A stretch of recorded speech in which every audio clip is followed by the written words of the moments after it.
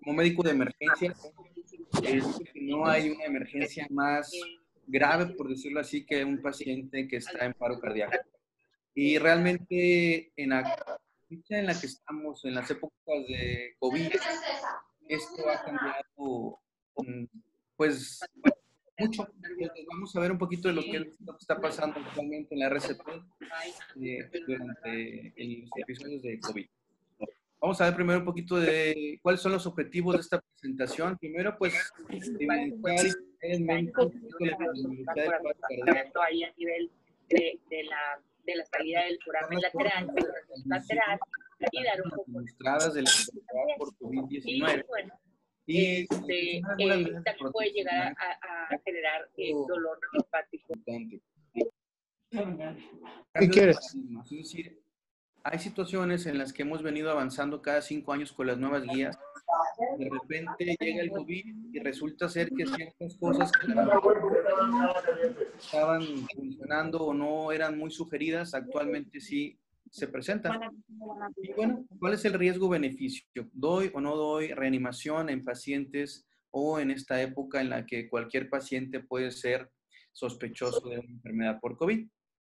Hablando de la epidemiología, esta es bien interesante. Fíjense, la incidencia del paro cardíaco fuera del hospital, es decir, en nuestros hogares, en la calle, por cada 100,000 personas al año en Europa, por ejemplo, son 40.6. En Estados Unidos, que es lo que tenemos más cerquita, 47.3. En Asia está un 45 y en Australia un 51.1. Y la edad promedio de estos pacientes o de estas personas son de 64 a 79 años. Y fíjense bien, el RCP por reanimador en la escena, es decir, ¿cuántas de estas personas en estos lugares pudieron recibir reanimación por alguien que estaba cerca de ellos? En algunos países fue desde el 19 hasta el 79%.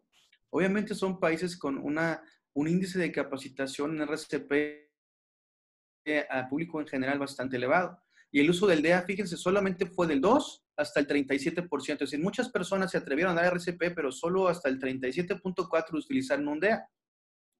¿Qué es un DEA? Es un desfibrilador externo automático. Vamos a verlo más adelante. Y la sobrevida de estas personas fue del 3.1 hasta el 20.4%. O sea, a lo mejor parece poco, pero realmente es una sobrevida alta, 20.4%. El pronóstico neurológico favorable, es decir, el paciente sale de la reanimación y tiene un pronóstico neurológicamente bien funcional. Es del 2.8 al 18.2%. Estamos hablando de una RCP normal. Ahora, sobrevida posterior a un paro cardíaco presencial, es decir, alguien estaba ahí y presenció el paro cardíaco y el paro cardíaco inició con un ritmo que era desfibrilable afuera del hospital. Pues la sobrevida vemos que alcanza hasta el 47.4%, con un pronóstico neurológico favorable hasta el 33%. Obviamente, antes del COVID, se decía que la reanimación tú puedes darla con seguridad, es decir, los riesgos de transmisión de enfermedades como VIH, hepatitis y todo eso eran mínimos durante los intentos de reanimación. Y bueno, la sobrevida en un hospital, alrededor del 25%, porcentajes generales. Ahora bien, todo esto obviamente comenzó en China y obviamente ahí es donde hay artículos y estudios de investigación. Y hay un estudio muy interesante que habla de un hospital de tercer nivel en China en donde 136 pacientes presentaron paro cardiorrespiratorio. Pero de esos 136 pacientes fueron pacientes con neumonía, obviamente por COVID-19. Entonces, ¿qué está pasando? ¿Cuál es el cambio ahí de un paciente normal a un paciente con una neumonía severa por COVID-19? Dice ahí, la causa respiratoria fue la principal causa de paro en un 87% y el ritmo de inicio asistolia en un 89%. O sea, es un ritmo no desfibrilable. Y la actividad eléctrica sin pulso empezó con un 4.4% y solo el 5.9% de estos paros iniciaron con un ritmo desfibrilable. Llámese fibrilación ventricular o una taquicardia ventricular sin pulso. Esto es interesante porque ¿qué quiere decir? Que la mayoría de los paros cardíacos en el paciente que tiene una neumonía severa por COVID-19 entra en un ritmo no desfibrilable, en un ritmo de asistolia. Y la causa, obviamente, pues vamos a verlos. Aquí tenemos, por ejemplo, dice pronóstico del paro cardíaco en COVID-19. Obviamente estamos hablando todavía del hospital en China y dice que de estos pacientes que sufrieron un paro de los 136 pacientes, 4 personas o el 2.9% sobrevivieron al menos 30 días. Pero de estos 4, solo uno de ellos tuvo un pronóstico neurológico favorable. Yo voy a dar los datos, ustedes toman sus decisiones, qué hacer, qué no hacer y cuándo hacerlo. Pero esto es un dato importante que obviamente fue al inicio de la pandemia. Posiblemente vaya a haber modificaciones conforme esto vaya avanzando, pero este estudio fue muy interesante en cuanto al pronóstico de la sobrevida y sobre todo del pronóstico neurológico de estos pacientes que salen del paro. ¿Sí? Ahora, mecanismos de transmisión. Obviamente es muy rápido, lo voy a mencionar porque es importante tenerlo fresco para lo que vamos a ver a continuación. Son 2 mecanismos principales, hay más, pero bueno, secreciones respiratorias, estamos hablando de gotas o de partículas suspendidas. ¿Qué es una gota? Pues es una gota, es algo grueso, es algo más pesado y de un tamaño de más de 5 micras y hasta 10 micras. Estas partículas las expele el paciente y pueden viajar hasta 1 a 2 metros. Pero hay partículas que son muy pequeñitas, que son partículas que miden menos de 5 micras. Y esas partículas se pueden quedar suspendidas en el aire. Es decir, el paciente puede expelerlas y duran en el aire alrededor de 1 a 2 horas, pero también por contacto con superficies. Plástico, acero inoxidable, depende de la bibliografía que ustedes lean, pero pueden ser hasta 74 horas de que esté ahí el virus. Ahora bien, para estos 2 tipos de partículas, ya sea para gotas o ya sea para partículas suspendidas, es donde entra el equipo de protección personal. ¿Y por qué lo menciono? Porque muchas veces estamos en la controversia de, oye, ¿uso una mascarilla quirúrgica simplemente o uso N95 o qué puedo utilizar para protegerme? Y eso va a depender de a qué te expones.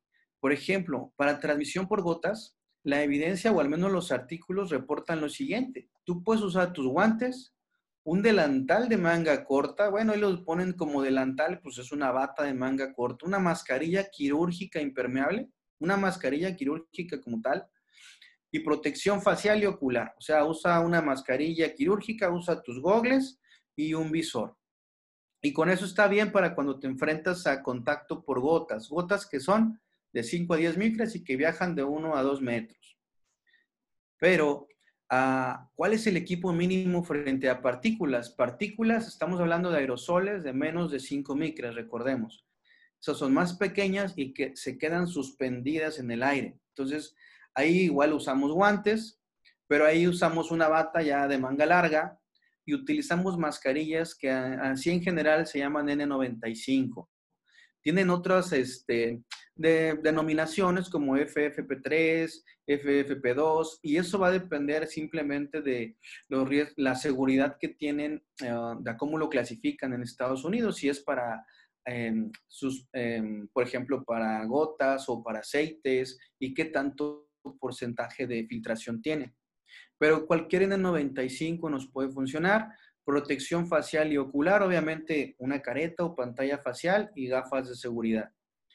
Y obviamente en otros países estamos hablando de respiradores eléctricos, purificadores de aire con capucha. Se ponen su capucha, ellos traen su purificador de aire y respiran de ese purificador. Todo eso es un equipo frente a partículas de menos de 5 micras, que son las que vamos a estar expuestos durante la RCP. Entonces vamos a ver. Aquí les muestro unas imágenes de unas mascarillas, nada más para que las vean. Prácticamente a simple vista son iguales. Lo único que diferencia es cuántas partículas van a dejar pasar y cuántas partículas filtran. Por eso a veces una N95, pues bueno, el 95% de las partículas van a estar ahí filtradas y hay N100 y ustedes ven ahí FFP3, FFP2 y ven que la diferencia es mínima, pero pues a veces dices, bueno, que una que me filtra 94%, que filtra 99%. Entonces, bueno, pues ahí es donde vamos son tipos de mascarillas que podemos utilizar. Ahora, ya pasando ya al tema, ya sabiendo las partículas y lo que es un aerosol, Para cualquier reanimación, cuando un paciente está en paro, se te dice, ¿sabes qué? El paciente está en paro y lo más importante es buscar una causa, ya sea un ritmo desfibrilable o sea un ritmo no desfibrilable. Lo más importante es identificar la causa del paro para que ese paciente salga adelante.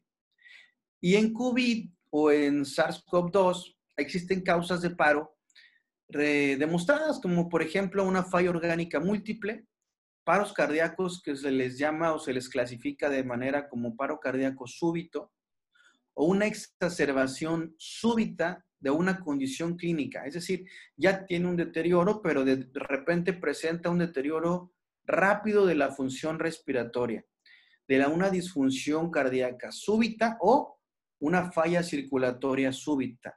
Hemos visto que este virus no solo afecta el pulmón, afecta el corazón y podemos tener daño cardíaco también debido a la infección por SARS-CoV-2. Entonces, estas son las causas de paro principales en SARS-CoV-2. Pero, obviamente, vamos a identificar de estas tres que vimos, vamos a ver paro cardíaco súbito. Vamos a ver qué les parece ahí. Y paro cardíaco súbito también tiene causas y son tres causas principales. ¿Por qué un paciente sufre de repente un paro cardíaco? Y son tres. Exacerbación súbita, es decir, una oxigenación pulmonar deteriorada.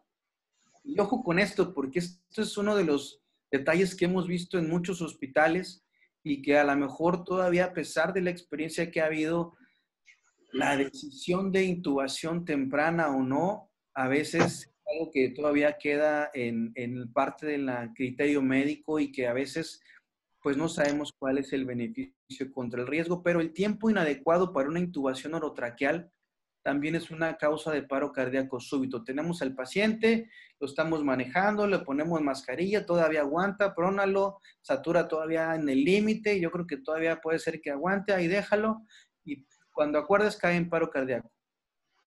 A lo mejor quizá, no es siempre, pero puede ser una causa, un tiempo inadecuado para una intubación orotraqueal. Es decir, quizá con una intubación temprana pudimos haber en esos casos disminuido el riesgo de que ese paciente pudiera caer en paro, o un soporte respiratorio ineficiente.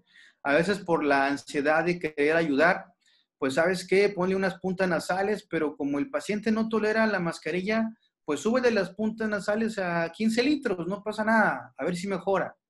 Y entonces son soportes respiratorios ineficientes que van a terminar como tienen que terminar. Si es algo ineficiente, pues va a terminar con una falla miocárdica, con una falla pulmonar y pues obviamente va a terminar con un paro cardíaco. Entonces es importante que cada dispositivo lo utilicemos conforme debe de utilizarse. Recordemos, puntas nasales no más a 5 litros, mascarilla sin reservorio hasta 10 litros y una mascarilla con reservorio utilizarla de 10 a 15 litros. Cada uno con sus respectivos litros por minuto. Y la otra causa de paro cardíaco súbito es una exacerbación súbita de la falla cardíaca. Es decir, oye, el paciente de repente presentó un paro por un problema miocárdico. Oye, pero pues su problema era pulmonar, ¿no? Tiene una neumonía. Bueno, pues recordemos nuevamente, el virus afecta el corazón y puede provocar algo que se llama miocarditis viral. Es una inflamación hacia el miocardio que asociado a la anoxia puede llevar a una falla cardíaca y obviamente esta falla cardíaca a la presentación de arritmias. Y la otra, pues obviamente es una sepsis, es un proceso infeccioso que nos lleva a vencer las resistencias del organismo, nos lleva a un choque y esto pues a un choque cardiogénico asociado a la falla cardíaca que produce el virus. Entonces, si estamos hablando de causas, no solo pues son H's y T's. En COVID veremos que también una de esas H's, la hipoxia, es importante tratarla con un manejo adecuado de esa oxigenación y de esos soportes respiratorios. Ahora, una situación importante y a pesar de que parece obvia la pregunta, oye, ¿el RCP produce partículas o aerosoles? De lo mejor de manera de bote pronto podemos decir, claro que sí. Pero cuando revisamos la literatura, a pesar de que parece que sí, hay muchos artículos que todavía generan la duda, oye, sí o no. ¿Qué parte de la RCP produce o no produce partículas? Recordemos que la reanimación o la RCP se divide en 3 elementos principales. Las compresiones, la desfibrilación y la ventilación. Esa es la RCP básica. Y la RCP avanzada, pues lo que cambia, aparte, es una ventilación pero avanzada, el uso de medicamentos, pero el soporte vital básico son estas 3 situaciones. Y lo que te puede generar aerosol quizá puedan ser esas 3 situaciones. Entonces vamos a separarlo. Compresiones torácicas. ¿Qué dicen de las compresiones torácicas? Un artículo menciona que las compresiones torácicas son exactamente similares a las técnicas de fisioterapia pulmonar. O sea, la fisioterapia respiratoria, por lo tal, se define como asociada a la generación de aerosoles. Entonces, como las compresiones torácicas son similares, pues entonces existe un riesgo de infección.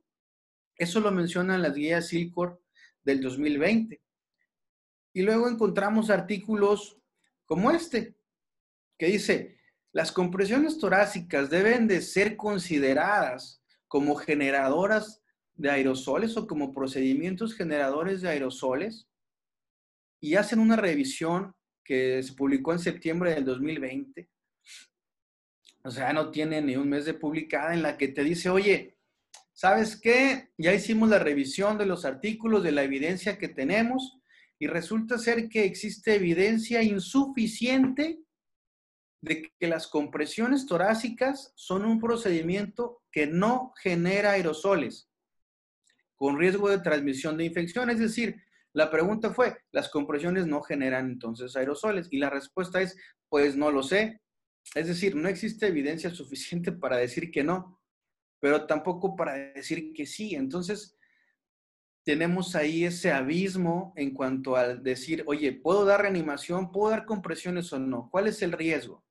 Y bueno, terminan recomendando un nivel de EPP. El EPP es el equipo de protección personal, que le llamamos nivel 3, o es decir, un equipo de protección para aerosoles, que fue el que vimos anteriormente.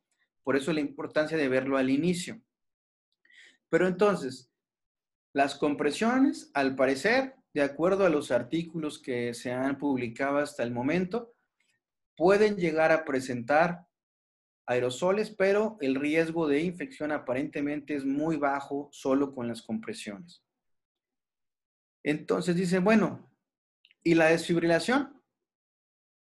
La desfibrilación, como ya sabemos, es dar una descarga al pecho del paciente, colocamos unas paletas o colocamos unos parches, damos una descarga eléctrica que genera en un ritmo desfibrilable, ya sea llámese fibrilación ventricular o taquicardia ventricular sin pulso, que el corazón termine esa arritmia y que entonces pueda volver a generarse un ritmo cardíaco en base a un ritmo del nodo sinusal.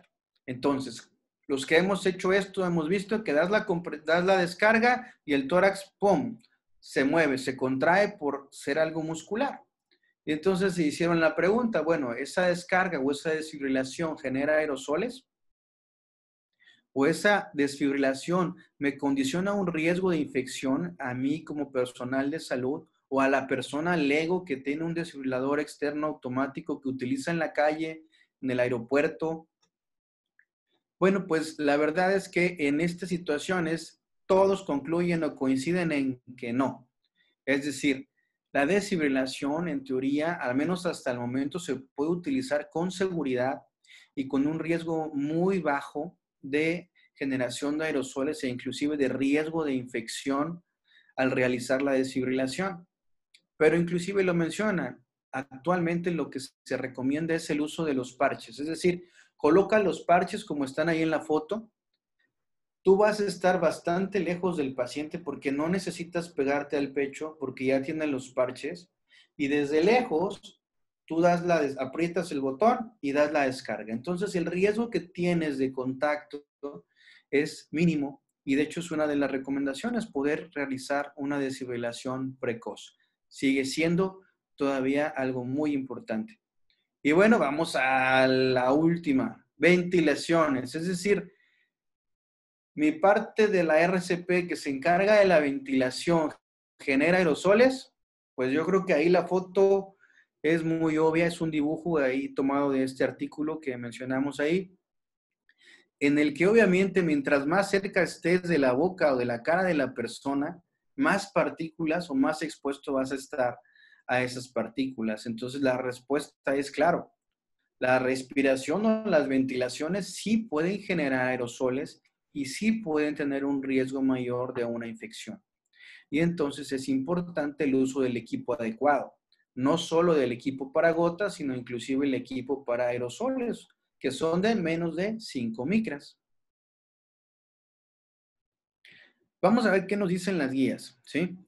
Hay guías, por ejemplo, como esta, que es la ILCOR. La ILCOR es un comité internacional que habla sobre resucitación y da de cuenta que ese comité, ahí se generan prácticamente todas las guías a nivel mundial. Todos los expertos en RCP, reanimación, van a este comité y generan guías en base a la evidencia o a las mejores prácticas. Obviamente en estas épocas ha habido varias actualizaciones. La última que yo revisé fue la de agosto del 2020, en donde mencionan esto. Lo primero, en este caso, la verdad es que es el rescatador. Es decir, la víctima es importante, pero es más importante el rescatador. Y les voy a ir mencionando esto así separado porque cuando ustedes vean más tarde los cambios en las guías, no es necesario que memoricen los nuevos algoritmos, siempre y cuando tenemos en cuenta cuáles son las prioridades durante la reanimación. Es decir, si sabemos que la prioridad es el rescatador, lo primero que tenemos que hacer es asegurarnos una autoprotección. Es decir, yo como rescatador, como médico que voy a atender a esa persona, como paramédico, como cualquier persona que va a atender a un paciente con infección o sospecha de infección por coronavirus, debo de tener una autoprotección, saber cómo protegerme y usar un equipo de protección personal. EPP es el equipo de protección personal. Y obviamente, ese punto que dice ahí, minimizar la formación de aerosoles, eso es la clave junto con el rescatador. Minimizar la protección de aerosoles, eso es en lo que se basan principalmente los cambios de la reanimación en la actualidad. Y obviamente la autoprotección o la protección hacia el rescatador. Fíjense bien. Nosotros tenemos nuestro algoritmo de paro, llámese algoritmo para BLS, para CLS, para PALS, para lo que ustedes quieran. Lo primero que siempre tenemos que hacer es, obviamente, verificar que la persona responda. Es decir, llegamos y como les decimos siempre es verificar que la persona a lo mejor pueda estar dormida y tú ya llegas y le das compresiones, ¿no? Entonces, de manera verbal siempre, hey, señor, ¿está usted bien? Es algo verbal, lo voy a poder estimular de manera táctil. Oiga, señor, ¿está usted bien? Pero la otra que hacíamos era ver si la persona respiraba, ¿se acuerdan? Que de hecho para las nuevas guías 2015 ya se modificó, pero que se vuelve a hacer hincapié en este punto en el 2020 con la surgida de este virus. Es decir, ya no veo, escucho y siento. Ya no me acerco a ver si el tórax se eleva, ya no siento si está saliendo aire de la boca del paciente y ya no escucho si está respirando. Es decir, yo ya no me acerco para ver si ese paciente respira. Simplemente desde lejos yo veo si la persona está respirando o no.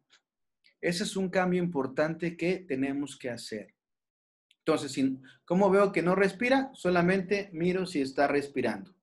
No abro esa vía aérea, no escucho y no siento.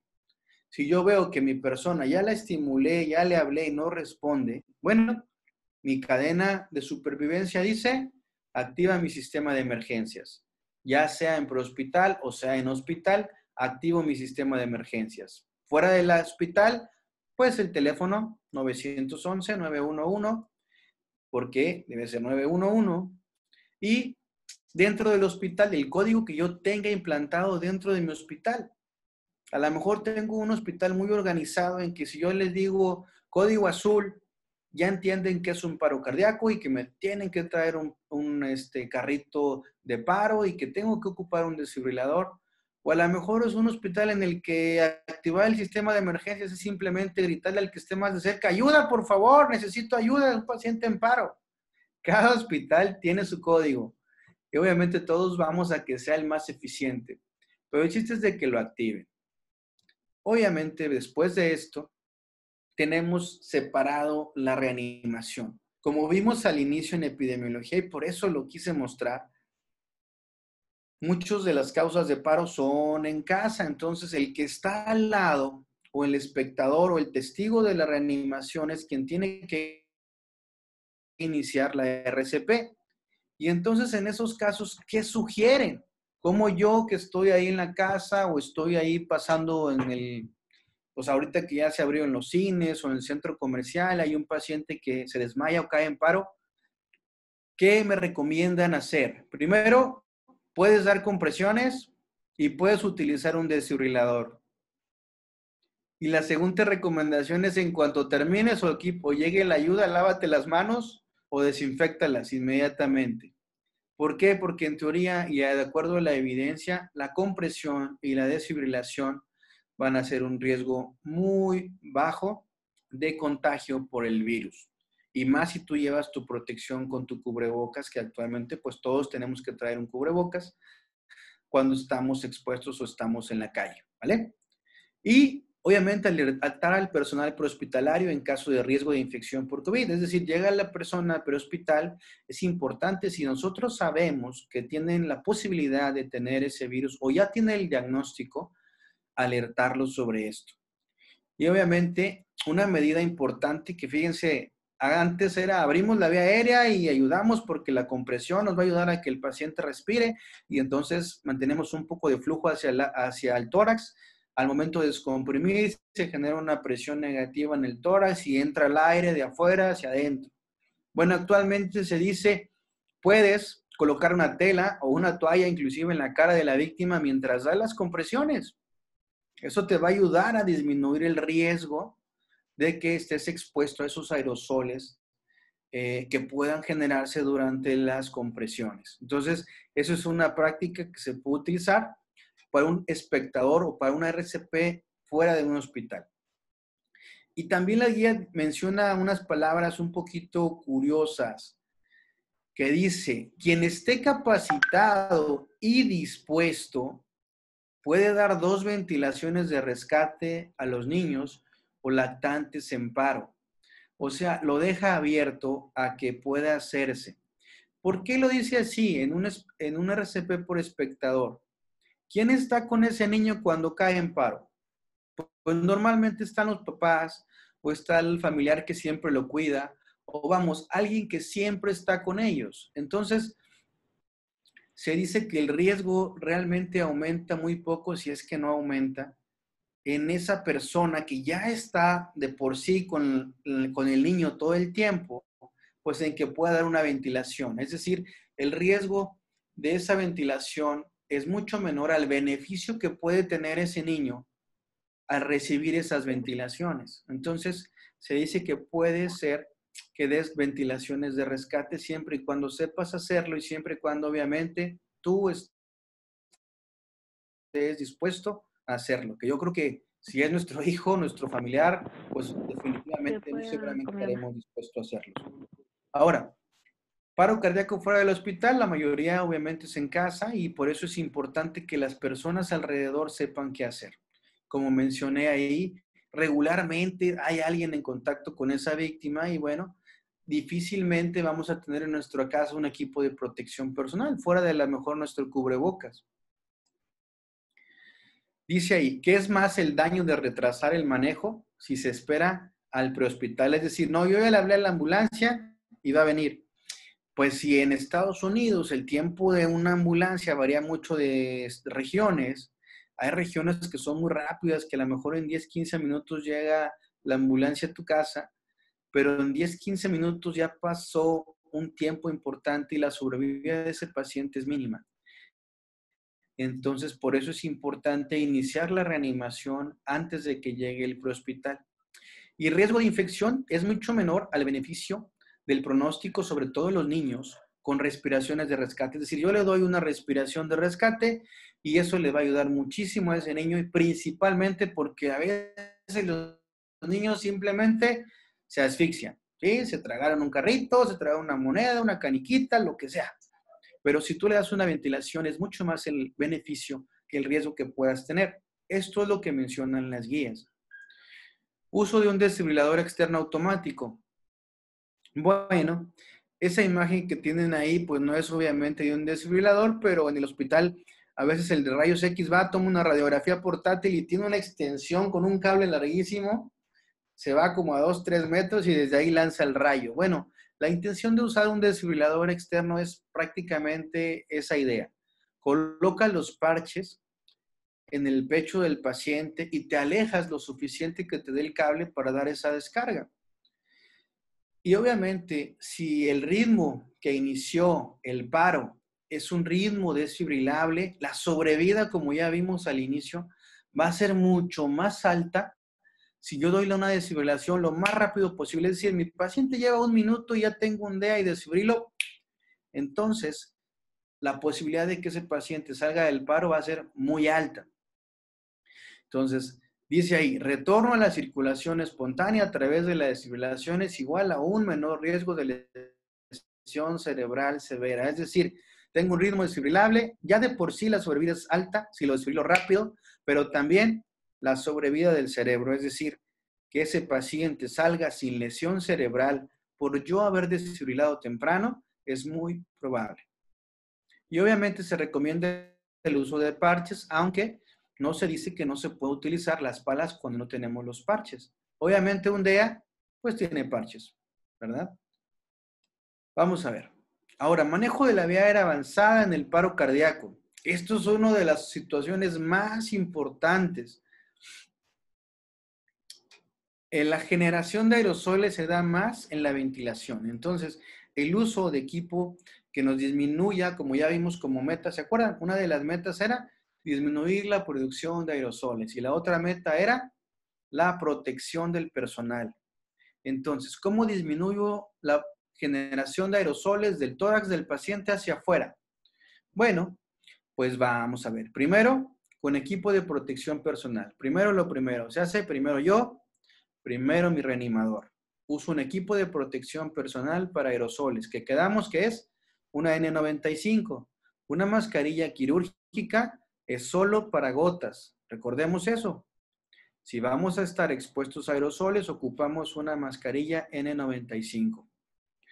Minimizamos el número de reanimadores. Es decir, anteriormente, ¿qué decíamos? Oye, ¿tienes 10 gentes? Excelente, puedes utilizar las 10 gentes en la reanimación porque pueden trabajar a la par cada quien, y todo lo hacen mucho más rápido. Actualmente la guía se dice, minimiza el número de reanimadores. Los menos reanimadores que puedas tener presentes y expuestos, pero que no te limiten y que no te echen a mal una reanimación. Es decir, no voy a tener nada más 2 que no puedan realizar una adecuada reanimación. Lo mínima gente necesaria para una adecuada reanimación.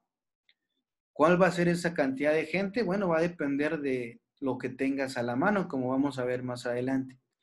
Y el otro es el uso de un filtro que se llama filtro para virus y bacterias o un filtro EPA. Ese filtro ahí ustedes lo tienen en esas imágenes. Son filtros muy chiquititos, muy compactos que colocas entre los dispositivos de ventilación y la bolsa, válvula, mascarilla, reservorio, mejor conocida como AMBU, ¿verdad? Ahí se colocan esos filtros y eso nos minimiza el riesgo de generación de aerosoles. Vamos a ver. ¿Cómo puedo también minimizar ese riesgo? Otra cosa, aparte de mi equipo de protección personal, mi uso de filtros es ¿quién va a intubar o quién va a ventilar? La respuesta es el personal mejor capacitado, ¿sí? Obviamente, muchas veces en los hospitales, escuelas, pues bueno, el residente o el que está aprendiendo a hacer los procedimientos, pues es el que a lo mejor inicia y si él no puede, bueno, pues entonces irá ya el adscrito o el experto en el procedimiento. En estos casos se recomienda que no, que el personal más capacitado sea el que realice la intubación. ¿Por qué? Porque se trata de buscar que sea el primer intento y que se minimice la generación de aerosoles. Entonces, esto es importante. Oye, pero pues no tengo a nadie muy capacitado. Pues bueno, entonces, cuidados con tu equipo de protección personal, usa tu filtro EPA y entonces pues intenta el manejo avanzado de la vía aérea con el personal que tengas. Pero puedes tratar obviamente de irte capacitando conforme vayas avanzando. Entonces, ya tenemos uso de equipo de protección, el filtro EPA, minimizar a las personas que están dentro de la reanimación y utilizar a la persona más capacitada para el manejo de esa vía aérea. ¿Vale? Ahora, fíjense bien, esa foto está bien interesante. ¿Cómo puedo yo alejarme de esa vía aérea? Es decir, cuando hago mi laringoscopía, utilizo mi mango de laringo y me acerco para poder realizar esa intubación. Actualmente existen dispositivos como esos, que son dispositivos que se llaman videolaringoscopios, que nos permiten desde lejos ver a través de una pantalla y poder ver si mi colocación del tubo es correcta. Si ustedes ven al lado, tienen una foto ahí de una persona con muchas gotitas verdes, con muchas gotitas fosforescentes. Todo eso es la exposición que tuvo. Y la exposición va a depender de qué tan cerca estés de esa vía aérea. Entonces, si más te alejas, menos exposición al virus. Y la otra es stop al RCP, o sea, detén el RCP, ¿sí? Ya no vale eso de que, yo puedo realizar la intubación mientras dan las compresiones porque así es más efectivo y sí está bien. Anteriormente eso sería muy bueno, pero actualmente detén el RCP mientras se realiza el manejo avanzado de esa vía aérea, por favor, para minimizar la generación de aerosoles y la exposición a ellos. Y la otra es, ok, y ya realicé la laringoscopía con mi videolaringoscopio o con mi laringo normal, si no tengo otro, intubo, es decir, coloco el tubo, después lo inflo, después coloco el filtro a ese tubo y hasta después ventilo, es decir, no coloco mi tubo e inmediatamente empiezo a ventilar para ver si está bien colocado. Lo coloco, inflo el globito de ese tubo, coloco mi filtro arriba de ese tubo y después entonces sí, inicio la ventilación. Eso me va a permitir disminuir mi exposición tanto a mí como que estoy en vía aérea como a todo mi personal alrededor para que no se expongan. Segundo, oye, ¿cada cuándo voy a ventilar? Bueno, las guías te dicen que si ya tienes un paciente con una vía aérea avanzada, es decir, un tubo orotraqueal, tú vas a ventilar cada 6 segundos, es decir, aproximadamente 10 ventilaciones en un minuto. Y las guías hasta el 2015 te decían, un dispositivo supraglótico como una mascarilla laringea, un combitubo, una tubo laríngeo, hace las veces de una vía aérea avanzada y puedes ventilar igual que como si tuvieras un tubo. Pero actualmente, en este tipo de pacientes, la recomendación es la siguiente. Si vas a ventilar con el ambú y la mascarilla, o si vas a utilizar un dispositivo supraglótico, ya sea mascarilla laringea, comitubo, tubo laríngeo, lo que tú quieras, cualquier dispositivo supraglótico, vas a ventilar igual. 30 compresiones, 2 ventilaciones. No vas a utilizarlo como si fuera un tubo orotraqueal. Vas a ventilar 30 compresiones, vas a dar 2 ventilaciones. Así va a ser tu ritmo igual como si fuera solamente el ambú y la mascarilla. Esa es una recomendación general en todos los artículos que revisen. Van a presentar ese detalle. Y eso es un punto porque es un cambio muy importante de las guías. Solo para pacientes con sospecha de COVID. Y la mascarilla que recuerdan los que hemos tomado cursos, dicen, haz una C y una E con tus manos y haz una mascarilla. Y te dicen, puedes con una mano utilizarlo para hacer presión y con otra ventilar, ¿verdad? Pero si actualmente te recomiendan disminuir la generación de aerosoles, y los que han hecho eso seguramente han visto que cuando tú ventilas siempre hay una fuga. Entonces, actualmente se dice con las dos manos. Usa las dos manos para sujetar tu mascarilla al paciente y disminuir la fuga de aerosoles.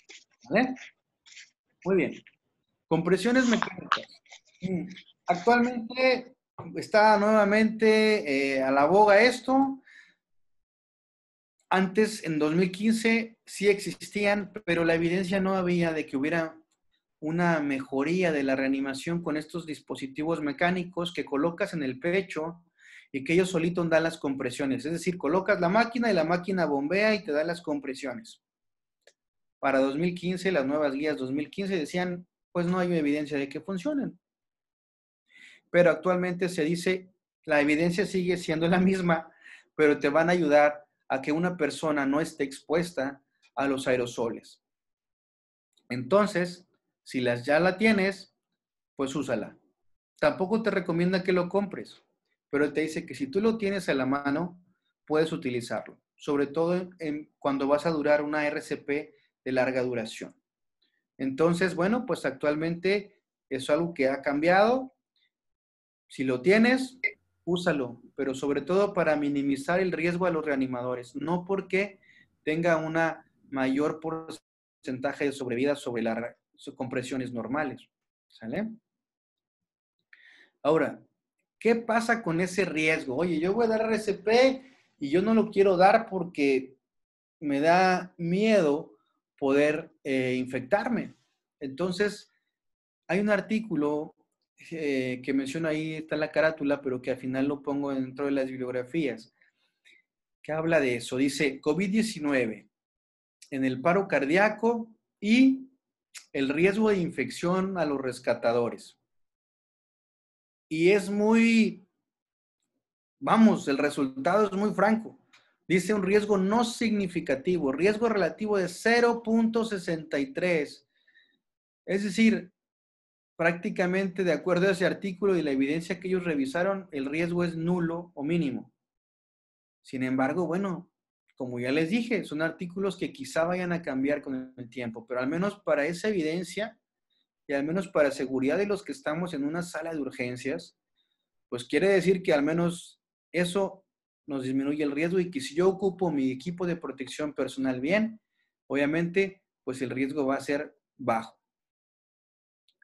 Ajustes en los algoritmos. ¿Qué pasa en esos algoritmos? Vamos a ver, BLS. ¿Qué cambia en BLS? Obviamente, agregamos la autoprotección, que la persona esté capacitada en el equipo de protección personal. Cómo ponérselo y cómo quitárselo. Utilizar solo compresiones torácicas para ventilar. Perdón, si hay mucha dificultad para ventilar, es decir, no puedo ventilar, me cuesta trabajo, bueno, da compresiones solamente, no pasa nada. Si vas a ventilar, usa filtros de partículas, filtro cepa, virus o bacterias. Usa tus dos manos para hacer el sello sobre la mascarilla. Eso te va obviamente a generar que generes la necesidad de otra persona que te apoye con la ventilación, es decir, con la compresión de la bolsa. Y la desfibrilación es importante, puede realizarse con un equipo para gotas, es decir, oye, ya llegué, está en paro, tiene un ritmo desfibrilable, pero yo solamente traigo puesta mi mascarilla quirúrgica, no traigo mi N95, ¿puedo desfibrilar? Sí, la respuesta es sí, puedes desfibrilar. ¿Sí? ACLS, ¿qué cambia en ACLS? ACLS obviamente sigue los cambios de BLS, pero se suma esto.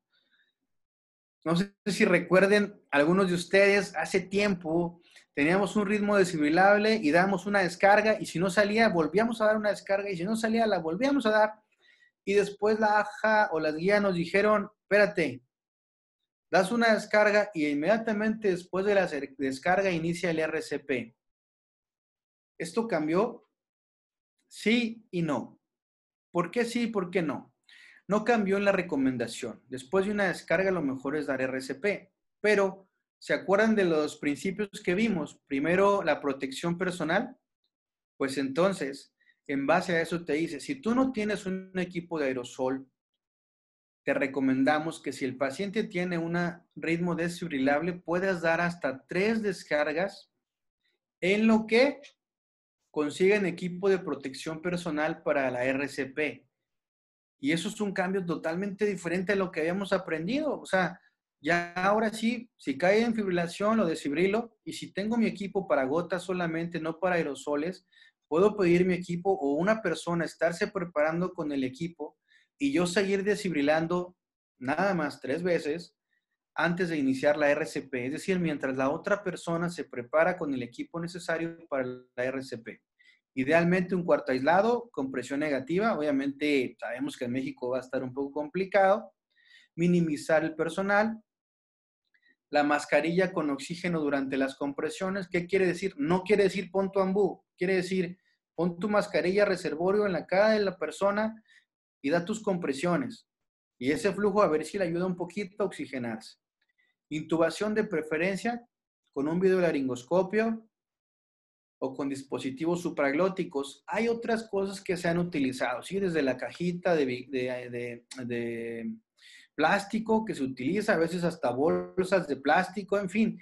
Cada situación se ha visto con la intención de disminuir el riesgo. Inclusive a veces ponemos, digo, esas no sé si se la sepan, agarramos un taponcito de unos tubos de laboratorio, les hacemos un agujerito, ponemos por ahí la guía, lo conectamos al tubo, ponemos el tubo y ya no me escupe porque tiene eso. Pero bueno, son cosas que no hay evidencia. Entonces, ¿qué es una evidencia? Pues uso del videolaringoscopio para disminuir ese riesgo de estar tan cerca de la intubación. Compresiones torácicas mecánicas, es decir, pongo una máquina que me dé compresiones y quito ese reanimador para que me ayude en otra cosa, o es un reanimador menos expuesto a esos aerosoles. Y obviamente lo más importante es quitarse el equipo. Y eso quiero hacer una pausa ahí porque, chicos, si ya tienen un equipo, si les dieron un equipo bueno, si el riesgo es bajo, entonces pongan atención al retirarse el equipo, porque muchas veces la infección no es durante la RCP, es porque pues ya salí y a veces, pues ¿para qué me lavo las manos tanto? Mejor nomás una vez y me quito todo rápido y luego me las vuelvo a lavar.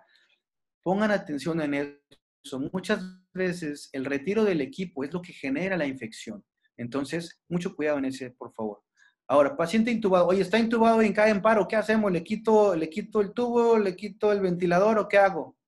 O lo mismo, utilicen equipo de protección personal para aerosoles. No retiren el ventilador, más bien ajusten. Es decir, suban el oxígeno al 100% y programen una frecuencia respiratoria, ¿te acuerdan? Cada 6 segundos, es decir, 10 respiraciones por minuto. Y es posible, menciona las guías, de acuerdo obviamente a su expertise ya cada uno de ustedes, mencionan ellos posiblemente será necesario cambiar el modo a un modo controlado por volumen e incrementar el límite de presión, porque obviamente durante las compresiones, pues las presiones van a ser más altas. Identificar las fallas del equipo. Es decir, está intubado, cayó en paro, recuerden siempre la mnemotecnia DONE. O sea, ¿por qué cae? ¿Por qué se deteriora un paciente intubado? Porque de algo DONE. Desplazamiento, obstrucción del tubo, neumotórax o falla del equipo. Verifiquen que no tenga un moco asesino, que no esté fallando el equipo, que no tenga un neumotórax o que no se haya movido ese tubo. ¿Sale? Y uso de filtros, obviamente, siempre para virus y bacterias o filtros EPA. Oye, está pronado y cayó en paro. ¿Qué onda? Bueno, tu equipo de protección personal siempre. Y en este caso, fíjense bien, puedes iniciar las compresiones en la espalda. Compresiones que debes de colocar tus manos justo entre las escápulas, a la misma profundidad que siempre, bueno, que a partir de las nuevas guías, de 5 a 6 centímetros de profundidad y con la misma velocidad, de 100 a 120 compresiones por minuto, iniciamos la RCP de ese modo. Obviamente, estamos hablando de cambios de paradigmas, RCPs diferentes a lo que habíamos enseñado, a lo que estamos acostumbrados, pero son situaciones diferentes a lo que habíamos vivido. Entonces, RCP entre las escápulas está permitido, pero hay que rotarlo, es decir, hay que voltearlo, colocarlo en posición supino si mis compresiones no son efectivas. Y ahí estamos hablando de un paciente que puede estar en terapia intensiva, idealmente con una vía arterial colocada, pues sabemos que si las compresiones no dan 25 milímetros de mercurio, son compresiones malas. entonces habría que rotarlo para dar compresiones adecuadas. Esa cifra, 25 milímetros de mercurio de presión diastólica arterial, eso nos va a asegurar que tenga unas buenas compresiones siempre y cuando tenga una vía arterial lista. Si yo tengo problemas para ventilar, hay que rotarlo. Si no responde a las maniobras, hay que rotarlo. Pero recuerden que para eso recupan más gente y es importante que inicien mi reanimación y pido la ayuda para que cuando llegue la ayuda, entre todos podamos rotar a la persona y dar eso. Ahora, ¿lo puedo desfibrilar? Sí, cambian las posiciones un poco. Es decir, uno antero-posterior es una posición, por ejemplo, un parche adelante, otro parche atrás, desfibrilo. Otra posición que mencionan las guías son vía axilar. Mis dos axilas, una pala de un lado o un parche de un lado y otro del otro lado y doy la descarga. La intención que es atravesar el corazón con mi impulso eléctrico para quitar esa arritmia, ¿vale? BLS en niños. Lo que cuenta para adultos cuenta para niños, pero en niños es importante, obviamente, verificar la respuesta, activar el sistema, iniciar compresiones, colocarle también al niño una mascarilla o un trapito o algo para disminuir el riesgo de exposición. Y lo mismo dice, si estás capacitado y dispuesto, abre la vía aérea y da ventilaciones de rescate. Usa un desfibrilador en cuanto lo tengas, sobre todo cuando es un paro presenciado, un paro súbito. Soporte vital avanzado en niños, ¿qué podemos agregar? El equipo de protección personal siempre. Y mencionan ahí algo importante, ten los protocolos a la vista, no confíes en tu memoria, déjalos ahí. Ahí está lo que yo voy a hacer cuando un niño caiga en paro. Minimiza el número de reanimadores. Puedo desfibrilar simplemente, como ya lo mencionábamos, con una mascarilla quirúrgica. Inicio compresiones posterior a la descarga. No retraso las compresiones para asegurar una vía aérea. Es decir, no voy a esperarme a tener una vía aérea avanzada para poder iniciar compresiones. Yo inicio mis compresiones aunque todavía no tengo una vía aérea avanzada. ¿Sí? Y la ventilación con bolsa, válvula, mascarilla es igual que en el adulto. Coloco mi filtro, de preferencia utilizo 2 manos y otra persona me ayuda a ventilar. Identifico y trato las causas, obviamente, y obviamente el uso de reanimación extracorpórea. Esto es algo que está en boga y que por ahí un maestro mío una vez nos estaba diciendo, bueno, pues yo le estoy enseñando ventilación mecánica, pero en un futuro a lo mejor ni siquiera van a existir, porque la reanimación y la ventilación se va a usar a través de una máquina. Entonces, bueno, quien tenga a la mano una reanimación extracorpórea, pues lo puede utilizar. Es posible el uso de este tipo de dispositivos para la reanimación. Obviamente, pues no hay mucha evidencia en esto todavía, pero seguramente con el tiempo habrá cada vez más evidencia. Este es un algoritmo que me encontré también en un artículo mexicano. Lo que me interesa es lo que vean ahí abajo a la derecha. El virus, hablamos que afecta el corazón y muchas veces los medicamentos que podemos llegar a utilizar, o muchas veces a lo mejor ni los que usamos, los que la gente usa en la calle porque encuentran que un medicamento sirve para algo y resulta ser que esos medicamentos lo que hacen es alargar el QT. Entonces alargan el QT y lo que hace es paro cardíaco. Entonces, dice ahí, si sospechas de un QT prolongado o largo debido a fármacos, pues puedes administrar 100 mililitros de lípidos al 20% de manera intravenosa. Eso es importante porque normalmente las guías de AHA obviamente eso no lo mencionan, pero en este tipo de pacientes y teniendo la sospecha de que pueda ser un QT prolongado por medicamentos, pues es importante utilizarlo, ¿vale? Cadena de supervivencia modificada, esto no es de la AHA, chicos, ojo, no vayan a pensar que esto, no son las nuevas guías, nada. Es una propuesta de un artículo donde menciona esa cadena de supervivencia, pero que agrega al principio la prevención, ¿sí? O sea, tu equipo de protección personal, la protección antes de iniciar la cadena de supervivencia y qué hacer en cada paso, ¿sí? Ya lo vimos, cada uno de esos eslabones se van uniendo y de acuerdo a lo que hemos visto hasta el momento, vamos a utilizar nuestra expertise para llevarlo a cabo. Ahora, una cosa, esta me llamó mucho la atención y espero les guste. Más equipo, más protección, es decir, yo me pongo todo mi Tyvek, mi mi gogle, mis gogle sobre gogle, mi mascarilla sobre la mascarilla y aparte me cubro, ¿es mejor? Pues de acuerdo a una revisión que hizo Cochrane, dice que es baja a muy baja la evidencia de que mientras más cubras partes del cuerpo, se lleve a una mejor protección. Y que inclusive esto puede llevar a generar una mayor dificultad tanto para colocarse como para retirarse el equipo y un menor confort al usuario. Entonces, quizá va a haber después más evidencia de que diga, oye, pues a lo mejor no era necesario tanto equipo por el mecanismo de dispersión, a lo mejor con esto es suficiente. Pero bueno, al menos esa evidencia es muy interesante porque a veces pensamos que si no tenemos el equipo completo no estamos protegidos. Y la verdad es que no es así. Parece ser que sí hay una buena protección con un equipo adecuado, sin necesidad de proteger o cubrir todo el cuerpo. Ahora, de por sí se hablaba de la reanimación presencial antes del COVID, pues hay actualmente artículos que mencionan reanimación presencial en COVID. Hay hospitales en los que no dejamos entrar a los familiares. Pasa el paciente, salga o muera, ahí va a estar solito. Y muchas veces no hay nadie con él y obviamente más que el personal médico. Y se ha visto que hay posibilidades de poder realizar una reanimación presenciada. Inclusive, ni siquiera se trata de que puedas pasar a la persona o al familiar a la sala de urgencias. A lo mejor haces una videollamada y por videollamada pueden estar presenciando una reanimación. Obviamente, tiene que haber alguien con esa persona que la esté evidenciando para que le esté explicando qué está pasando y no genere malos entendidos, ¿verdad? Pero son situaciones que están viéndose actualmente que puede ser una posibilidad que pueda disminuir la ansiedad, el estrés y muchas veces hasta la inseguridad de las personas que están fuera de un hospital, de saber si a su paciente, a su familiar se le trató como debe de ser y se hizo lo más posible para que saliera adelante.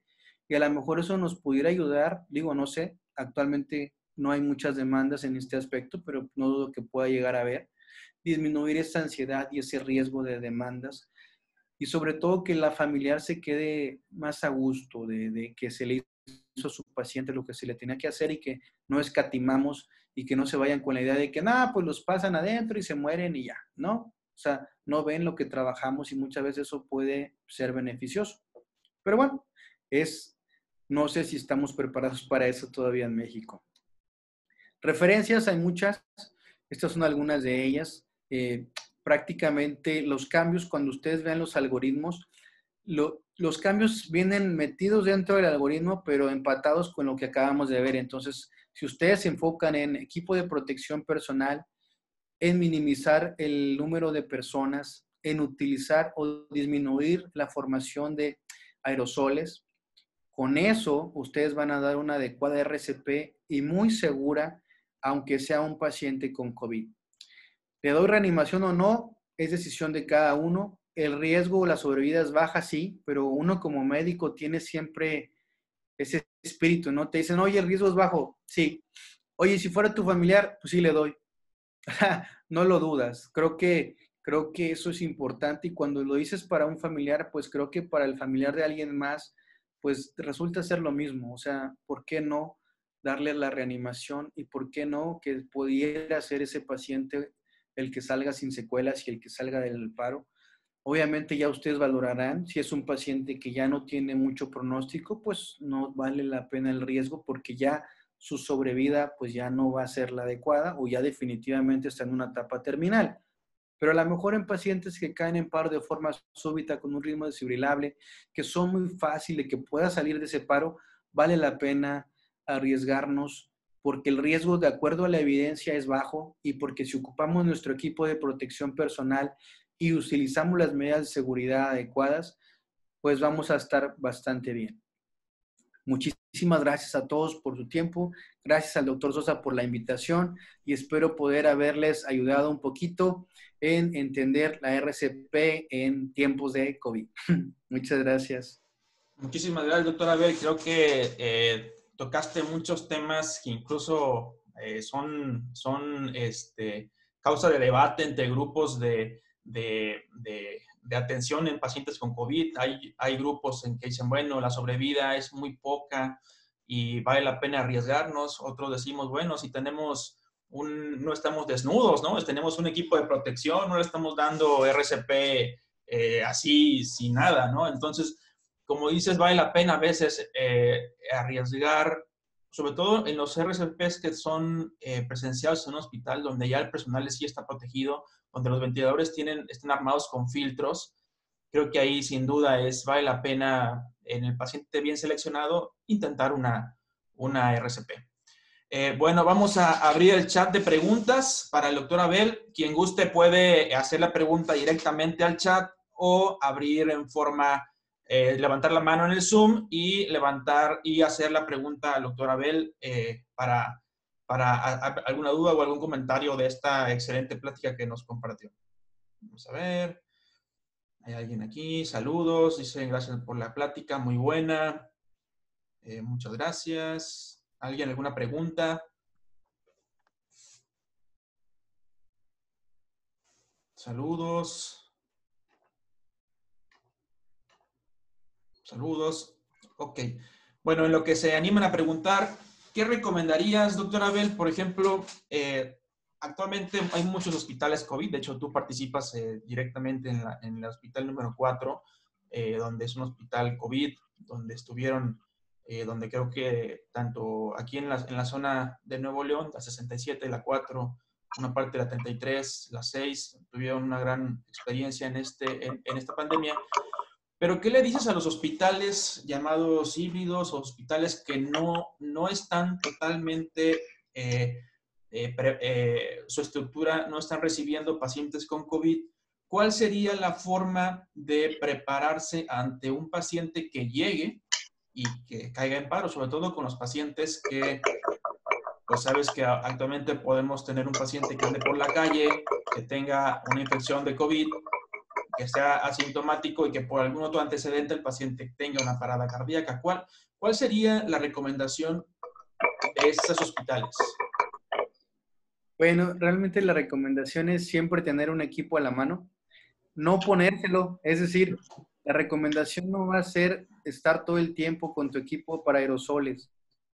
¿Por qué? Porque como ya vimos, podemos utilizar o iniciar la reanimación con equipos simplemente para gotas. O sea, ponernos una batita, unos guantes y una mascarilla quirúrgica.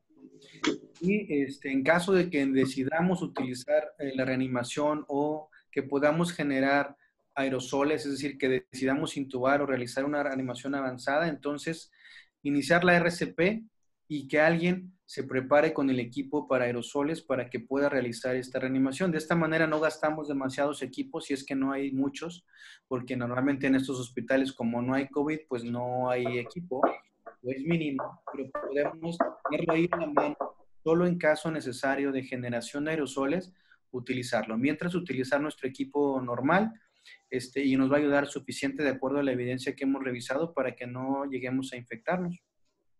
Muy bien, aquí hay una pregunta de Muñoz, dice el contacto, dice, pregunta, dos ventilaciones si estás capacitado y dispuesto en BLS. ¿Cómo sería en la calle? ¿Con aditamento o boca a boca? Esa es la pregunta por eso precisamente las guías dicen si estás dispuesto. O sea, no te dicen si traes equipo de protección, no te dicen si traes mascarilla, te dicen, ¿estás dispuesto a darle? Hablamos de ventilación boca a boca. Yo, en lo personal, antes del COVID, me ha tocado dar reanimación y yo lo que hago es, ¿sabes qué? Traigo mi playera, me quito la playera o agarro la playera del mismo paciente, la coloco en la boca y con eso ventilo. Yo lo he hecho antes del COVID. Obviamente las cosas cambian, pero actualmente si es un niño, puedes hacer lo mismo. Puedes colocar una tela, la misma ropa, la mejor del niño, colocarla sobre la boca y ventilar boca a boca. Es una posibilidad. Y otra es pues traer una face shield, que es una mascarita de bolsillo que podemos ayudar para traer en el llavero para ventilar. Perfecto. GZ dice, pregunta, ¿es útil la cápsula de acrílico que se coloca en la cabeza del paciente posterior a la intubación? Pues todo es útil, realmente sí es útil. no te puedo decir que es algo que te va a quitar el riesgo de aerosoles, pero mientras más alejado estás y más protección hay entre tú y la vía aérea, claro que disminuye el riesgo de que esos aerosoles te lleguen a la cara y te puedas contagiar. Perfecto. Rosario García nos pregunta, ¿qué experiencia se cuenta con madres embarazadas contagiadas por COVID? Pues en el Hospital General 4 normalmente no llegan muchas mamás embarazadas con COVID, pero la reanimación es prácticamente la misma, es decir, el niño prácticamente no cambia la sobrevida en el niño durante un paro.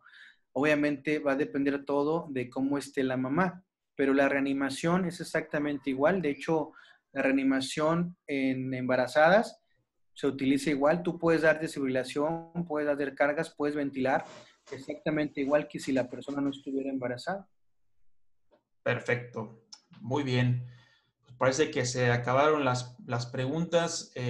Muchísimas gracias, Doctor. Abel. A ver, vamos a ver. Bueno, ¿Sí? hola doctor, soy Gaby. No, pues mire, doctor Abel, pues no tengo alguna duda, pero sí quería felicitarlo porque la verdad es que me encantó la plática y pues la verdad es que como usted nos dice siempre, hay algo nuevo que aprender. La verdad, no me había tocado, por ejemplo, ahora que estamos con lo del COVID, que es tan frecuente, que todavía se sigan dando medicamentos que prolongan el QT. Pues no sé, igual nos podría compartir el artículo donde venía lo de los lípidos. La verdad, en lo personal no me había tocado leerlo, pero me pareció muy interesante. Y pues también, como usted decía, ¿no? Finalmente el paciente pues puede ser tu familiar y yo creo que el que esté en decúbito prono, que ahora la mayoría de los pacientes que nosotros nos toca tener acá en la 25, pues algunos sí están pronados y pues qué bueno que se vea que pues no es una contraindicación. Y pues nada más solicitarlo, como siempre, excelentes sus ponencias, clases y maestro, ya sabe que lo estimamos mucho y ojalá que el doctor Sosa lo siga invitando. Y pues un abrazo. Muchas gracias, Gaby. Sí, claro que sí. Pues igual lo podemos hacer que el doctor Sosa lo suba a su página para que puedan ustedes descargar ahí el artículo. Se los hacemos llegar a día otra vez y si no, pues si tengo su contacto, igual se los mando por el WhatsApp sin ningún problema. Claro, como quiera la plática será grabada y se va a compartir en las redes sociales. Muy bien. Otra pregunta. Pregunta Emma Nayeli, ¿el masaje cardíaco cuándo se inicia? ¿Cuánto tiempo se reposiciona para continuar en prono? El masaje cardíaco lo inicias inmediato, es decir, como te dicen las guías, no esperas a tener una vía aérea avanzada, tú ves que la persona no responde, piensas que está en paro, inicias la reanimación, o sea, inmediato, tú inicias compresiones. Siempre se dice y siempre se ha dicho, más vale unas compresiones que no requieras a dejar de comprimir en un paciente que sí lo requiere. Entonces, tú inicias las compresiones de manera inmediata. Ahora, ¿cuándo se prona? Yo la respuesta que te daría es cuando tengas toda la gente. A veces están dos personas, es un paciente que pesa 120 kilos y para rotarlo vas a perder mucho tiempo y es mejor dar lo que puedas de reanimación hasta que tengas el equipo suficiente para que entre todos roten de manera efectiva al paciente y minimicen el tiempo sin compresiones. Esa sería la respuesta. No hay un tiempo, o sea, no te puedo decir 2 minutos, 3 minutos. Te puedo decir que si tú das compresiones y tu presión diastólica es adecuada o si tienes una línea arterial y lo ves, puedes seguir comprimiendo. Pero si tú ves que comprimes y tu presión diastólica es muy baja, pues puedes voltearlo, siempre y cuando tengas a la gente suficiente para eso. Perfecto. Muchísimas gracias, doctor Abel. Nuevamente agradecemos que nos hayas acompañado, que nos hayas compartido mucho la experiencia que tienes sobre la reanimación cardiopulmonar, no solamente en COVID, sino en otro tipo de patologías. Aquí nos acompaña también el doctor Sergio Arango, representante del Hospital Clínica Nova. No sé si quiere hacer algún comentario, doctor Arango, o alguna pregunta al doctor. Felicidades año al doctor Arango, felicidades. Sí, le mandamos muchas un abrazo. Gracias, muchas gracias, gracias. Gracias, Sosa. No, felicitar a Abel por su excelente ponencia. Creo que tocó los puntos claves ahí en la reanimación y principalmente esto, ¿no? De no exponer más al personal en esta pandemia. Fue una de las cuestiones, creo que siempre con el equipo estuvimos ahí al pendiente de cómo